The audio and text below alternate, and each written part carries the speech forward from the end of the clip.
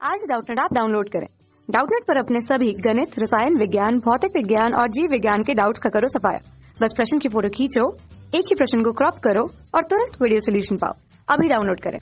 प्यारे छात्रों, हमारा प्रश्न है कि रैखिक समीकरण निकाय को आव्यूह विधि से हल करें। ये हमें रैखिक समीकरण का निकाय दिया गया है, तो आइए हम इस प्रश्न को हल करते हैं। सबसे पहले हम क्या करते हैं, दिए गई रैखिक समीकरण के निकाय को ax बराबर b के रूप में व्यक्त करते हैं, जहां पर a क्या है, x y z की गुणांकों का आव्यूह। इस प्रकार तो देखिए पहली समीकरण में 1 1 1, ठीक है। दूसरी समीकरण में देखिए x तो 0 है, y 1 है और z 3 है, और तीसरी समीकरण में x क्या है 1, ये -2 और ये 1, और x क्या है चर का आव्यूह अर्थात x y z का आव्यूह, और b हमारा है 6 11 0 बराबर की दूसरी तरफ, या आप ये कह सकते हैं जो हमारे पास दाएं पक्ष में उनका आव्यूह। अब देखिए हम इसका हल कैसे निकालते हैं। x बराबर a इनवर्स b से। a इनवर्स कैसे निकलता है, a इनवर्स होता है एडजॉइंट a भाग में a का सारणी। और एक और महत्वपूर्ण बात, अब a इनवर्स कब ज्ञात कर सकते हैं, a इनवर्स हम जब ज्ञात कर सकते हैं जब सारणिक a का मान 0 के बराबर ना। सारणिक a जो है यदि 0 के बराबर नहीं है, यदि सारणिक a 0 के बराबर नहीं, तो a एक व्युत्क्रमण्य आव्यूह है। एक कैसा आव्यूह है, व्युत्क्रमण्य आव्यूह है, ठीक है। तो सबसे पहले हम सारणिक a का मान ज्ञात करेंगे इसके लिए। तो सारणिक a, तो देखिए यहाँ पर 1, फिर 1 गुणा 1, 3 दूनी 6 प्लस माइनस के 6, तो ये अंदर आके प्लस के 6 माइनस के। अब देखिए यहाँ पर 1, ठीक है, 0 गुणा 1 0, और 3 गुणा 1 माइनस के 3, ठीक है, और यहाँ से आ गया प्लस के 1 0 और माइनस के 1, ठीक है। तो यहाँ से आ गया सारणिक a बराबर 7 प्लस 3 माइनस के 1 या 10 माइनस के 1 बराबर 9, ठीक है। क्योंकि सारणिक a का मान 0 के बराबर नहीं है, क्योंकि सारणिक a का मान 0 के बराबर नहीं है, इसलिए a कैसा आव्यूह है, a एक व्युत्क्रमण्य आव्यूह है और इसके व्युत्क्रम का अस्तित्व है, आप ये कह सकते हैं व्युत्क्रमण्य आव्यूह है। क्योंकि a एक व्युत्क्रमण्य आव्यूह है, इसलिए इसका a इनवर्स हम निकाल सकते हैं, अर्थात a का व्युत्क्रम हम ज्ञात कर सकते हैं।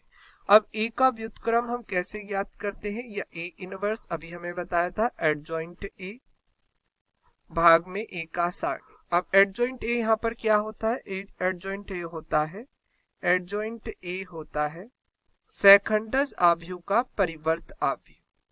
सहखंडज आव्यूह का परिवर्त आव्यूह अर्थात a के सहखंडज आव्यूह का परिवर्त आव्यूह, ठीक है।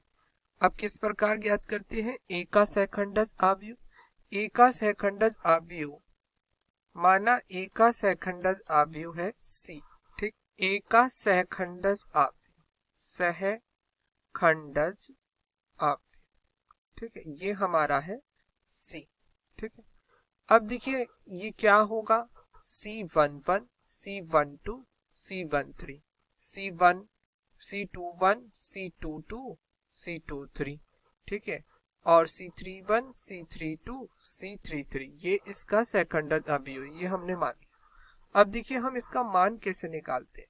अब देखिए Cij, ठीक है, इसके ijth अवयव का मान निकलता है -1 की घात i प्लस j और Mij, ठीक है। और जहां पर Mij क्या है, Mij है Mij, जहां Mij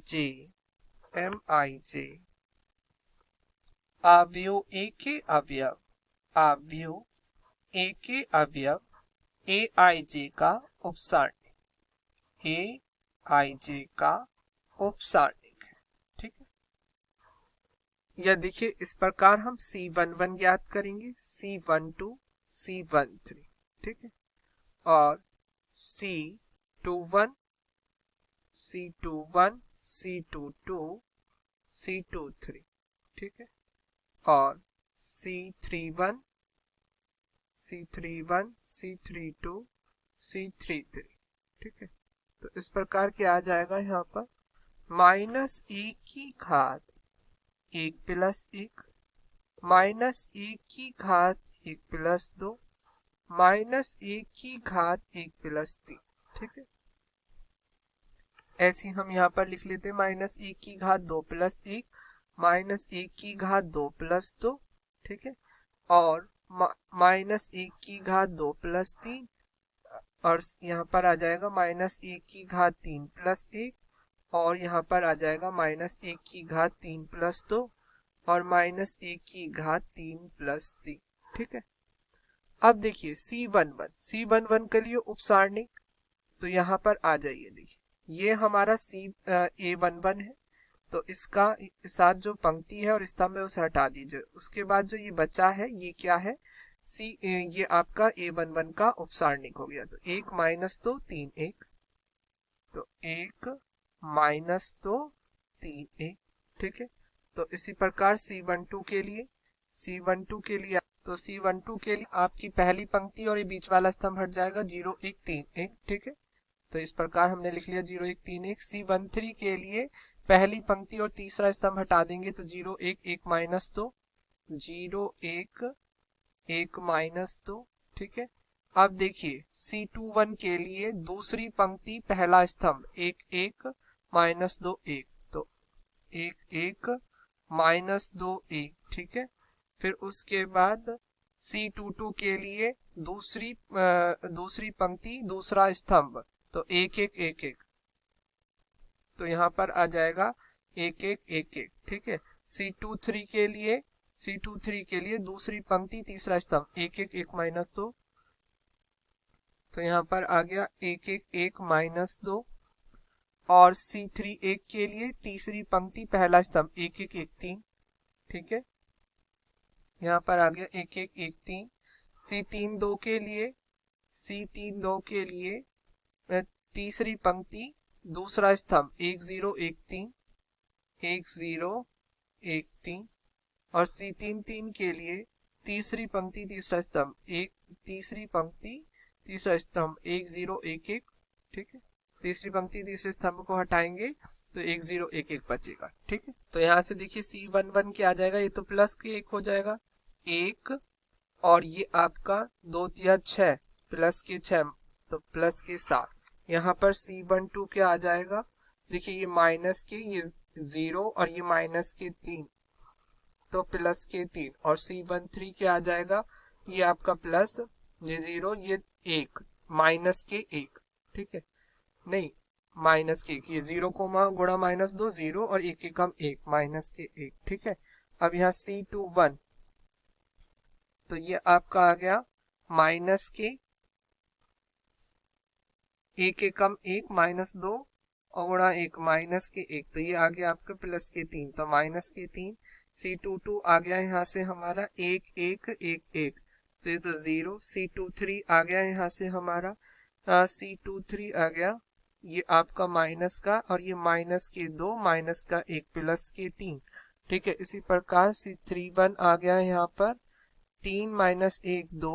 C32 आ गया यहाँ पर जब माइनस की 3। ठीक है, और C33 आ गया यहाँ पर ये आपका 1 और माइनस के 0 या 1। ठीक है, तो इस प्रकार सहखंडज आव्यूह आ गया सहखंडज आव्यूह। ठीक है, C बराबर क्या आ गया, देखिए बराबर आ गया 7 3 माइनस 1। ठीक है, और माइनस 3 0 3। ठीक है, 2 माइनस 3 1। ठीक है, अब देखिए हमें इसका एडजॉइंट ज्ञात करना है, तो एडजॉइंट क्या होता है, एडजॉइंट होता है C का परिव्रत, अर्थात C का परिवर्त। परिवर्त में क्या करते हैं, इस पंक्ति को स्तंभों में और स्तंभों को पंक्ति में परिवर्तित कर देते हैं। तो ये आ गया 7 3 माइनस 1 माइनस 3 0 3 2 माइनस 3 और 1। ठीक है, ये एडजॉइंट ऑफ A आ गया। तो अब देखिए इस प्रकार A इनवर्स आ जाएगा। A इनवर्स क्या आ जाएगा, एडजॉइंट ऑफ A और भाग में A का सारणिक। ठीक है, A का सारणिक क्या है 1/9। यहाँ पर आ गया 7 3 माइनस 1 माइनस 3 0 3 2 माइनस 3 1। ठीक है, अब x बराबर A इनवर्स B में x A इनवर्स और B का मान रख देंगे। x क्या है, तो देखिए x है x y z। ठीक है, A इनवर्स अभी निकाला है 1/9 7 3 माइनस 1 माइनस 3 0 3 2 माइनस 3 1, ठीक है। और b क्या है आपका 6 11 0। अब इन दोनों की आपस में गुणा होगी तो यहाँ से आ जाएगा 1/9। देखिए 6 सत्ते 42 और माइनस के 33, 11 दिया 33 प्लस 0, ठीक है। 3 6 18 प्लस 0 और माइनस के 6 प्लस 33 प्लस 0, ठीक है। ये आ गया x y और z, ठीक है। या इस प्रकार आ गया x y z बराबर 1/9, ठीक है। अंदर आ गया 9 18 और 27, ठीक है। तो इस प्रकार यहाँ से आ गया x y z बराबर 1 2 3। तो तुलना करने पर इन दोनों की हमने कर दी तुलना, तो तुलना करने पर आपको यहाँ से x y z का मान प्राप्त हो गया। x बराबर आ गया 1, y बराबर आ गया 2 और z बराबर आ गया 3। और यही आपके इस प्रश्न का उत्तर है। धन्यवाद।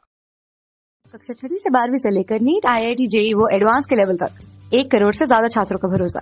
आज ही डाउनलोड करें डाउटनेट ऐप या व्हाट्सएप करें अपने सारे डाउट्स 8400 400 400 पर।